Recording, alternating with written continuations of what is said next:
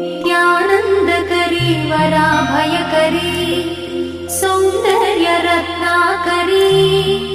निर्धूताखिल पापनाशनकरी प्रत्यक्ष माहेश्वरी प्राणेयाचलवंशपावनकरी काशीपुराधीश्वरी